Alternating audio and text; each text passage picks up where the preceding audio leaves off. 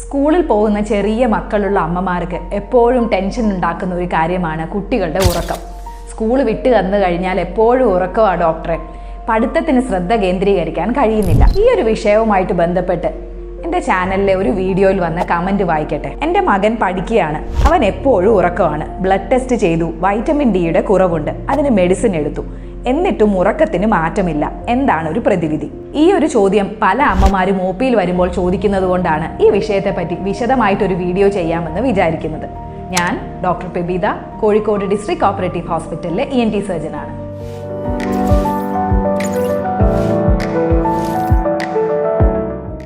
ഈ കമന്റിൽ വന്ന ചോദ്യത്തിന് ഉത്തരം നൽകുന്നതിന് മുമ്പ് കുറച്ചുകൂടി കാര്യങ്ങൾ വ്യക്തമായി അറിഞ്ഞിരുന്നെങ്കിൽ എന്നെനിക്ക് തോന്നിപ്പോയിട്ടുണ്ട്.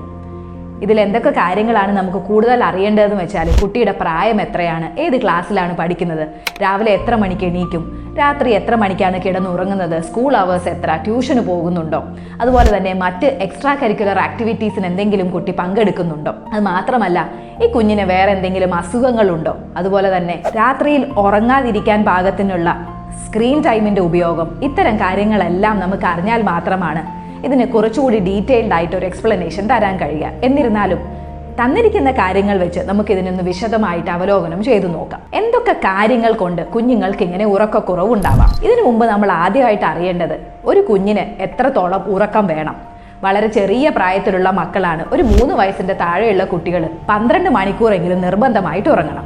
ഇവിടെ പറഞ്ഞിരിക്കുന്ന കുട്ടി സ്കൂളിൽ പോവുകയാണ്, അതായത് പഠിക്കുന്നുവെന്ന് പറയുന്നു. 10 മുതൽ 12 വയസ്സ് പ്രായം വരെ ഏകദേശം ഒരു 10-11 മണിക്കൂറെങ്കിലും കുട്ടികൾ ഉറങ്ങണം. കുറച്ചുകൂടി മുതിർന്നു കഴിഞ്ഞാൽ അതൊരു 8-9 മണിക്കൂറെങ്കിലും ഉറക്കം നിർബന്ധമായും കിട്ടിയിരിക്കണം. അപ്പോൾ ഇതിൽ കൂടുതലുള്ള ഉറക്കത്തെക്കുറിച്ചാണോ പറഞ്ഞിരിക്കുന്നതെന്ന് നമുക്ക് കമൻറ്റിൽ നിന്ന് വ്യക്തമല്ലതാനും.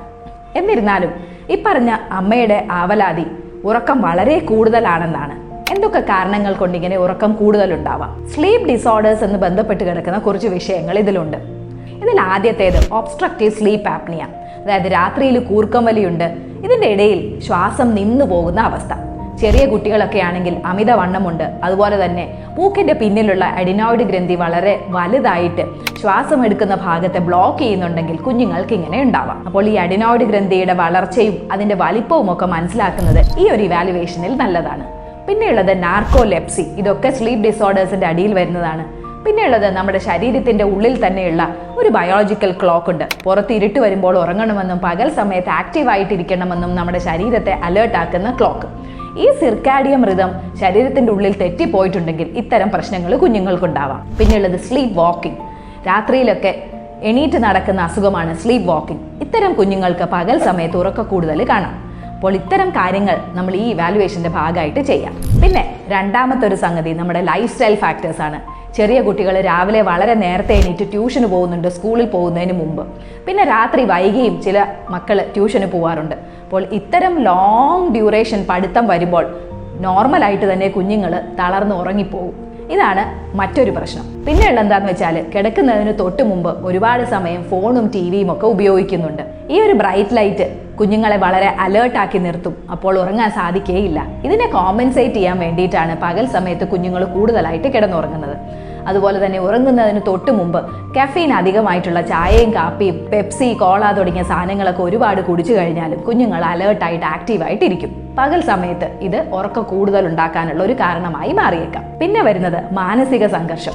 പല കുട്ടികൾക്കും സ്കൂളിൽ പ്രശ്നങ്ങൾ ഉണ്ടാവാം, വീട്ടിൽ പ്രശ്നങ്ങൾ ഉണ്ടാവാം.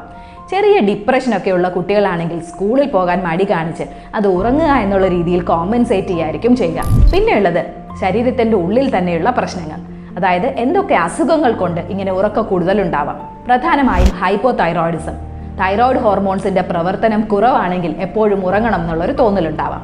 ഇവിടെ ഈ അമ്മ പറഞ്ഞിരിക്കുന്നത് വൈറ്റമിൻ D കുറവുണ്ട്, അത് കൊടുക്കുന്നുണ്ട്. അപ്പോൾ വൈറ്റമിൻ Dയും ഇതിലൊരു ഫാക്ടർ തന്നെയാണ്. പിന്നെയുള്ളത് അനീമിയ, രക്തക്കുറവുണ്ടെങ്കിൽ കുട്ടികൾക്ക് കൂടുതൽ ഉറക്കം വരാം. അതുപോലെ തന്നെ വൈറൽ ഇൻഫെക്ഷൻസ് ഒക്കെ വന്നു കഴിഞ്ഞാൽ കുറേ കാലം അമിതമായിട്ടുള്ള ക്ഷീണം കുട്ടികൾക്ക് വരാം. അപ്പോൾ ഇത് കോമ്പൻസേറ്റ് ചെയ്യാനും കുഞ്ഞ് ഉറങ്ങി തന്നെയായിരിക്കും ശീലിക്കുക. അപ്പോൾ ഇത്തരം കാര്യങ്ങളൊക്കെയാണ് ഇതിനായിട്ട് നമ്മൾ നോക്കി മനസ്സിലാക്കേണ്ടത്.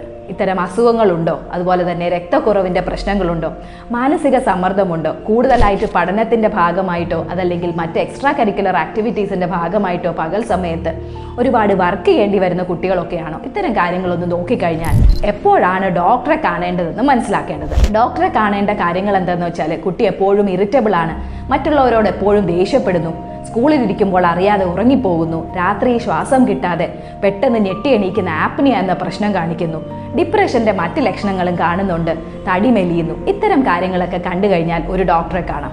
അപ്പോൾ ഇത്തരം പ്രശ്നങ്ങൾ പരിഹരിക്കുന്നതിന് മുമ്പ് നമ്മൾ അതിൻ്റെ കാരണം കണ്ടെത്തുക. പരിഹരിക്കാൻ ശ്രമിക്കുമ്പോൾ നമ്മൾ എടുക്കേണ്ട ആദ്യത്തെ സ്റ്റെപ്പ് കുഞ്ഞിൻ്റെ ഉറക്കം ഒന്ന് ക്രമീകരിക്കാനുള്ള വഴികൾ നമ്മൾ തന്നെ ചെയ്തു കൊടുക്കാം. രാത്രിയിൽ വീട്ടിലുള്ളവരെല്ലാം ഒന്നായിട്ട് നേരത്തെ ഉറങ്ങുന്ന ഒരു ശീലം ഉണ്ടാക്കാം. ഉറങ്ങുന്നതിന് ഒരു 2 മണിക്കൂർ മുമ്പ് തന്നെ അവർക്ക് ഡിന്നർ കൊടുത്തു വയ്ക്കാം. പിന്നെ പകൽ സമയത്ത് പുറമേ ഒന്ന് കളിക്കാനൊക്കെ വിട്ടുകഴിഞ്ഞാൽ രാത്രിയിൽ അവരുടെ ഉറക്കം കുറച്ചുകൂടി സ്ട്രക്ചേർഡ് ആയിട്ട് വരും. ശരീരത്തിൻ്റെ ഉള്ളിലെ ബയോളജിക്കൽ ക്ലോക്ക് റീസെറ്റ് ചെയ്യാനും ഇത് സഹായിക്കും. ചെറിയ കുട്ടികളുള്ള അമ്മമാർക്ക് ഈ വീഡിയോ ഒന്ന് ഷെയർ ചെയ്യണേ. എൻ്റെ ഈ വീഡിയോ ഇഷ്ടപ്പെട്ടെങ്കിൽ എൻ്റെ വീഡിയോ ഒന്ന് ലൈക്ക് ചെയ്യുക, ചാനൽ സബ്സ്ക്രൈബ് ചെയ്യുക, കമൻറ്റുകൾ രേഖപ്പെടുത്തുകയും ചെയ്യണേ.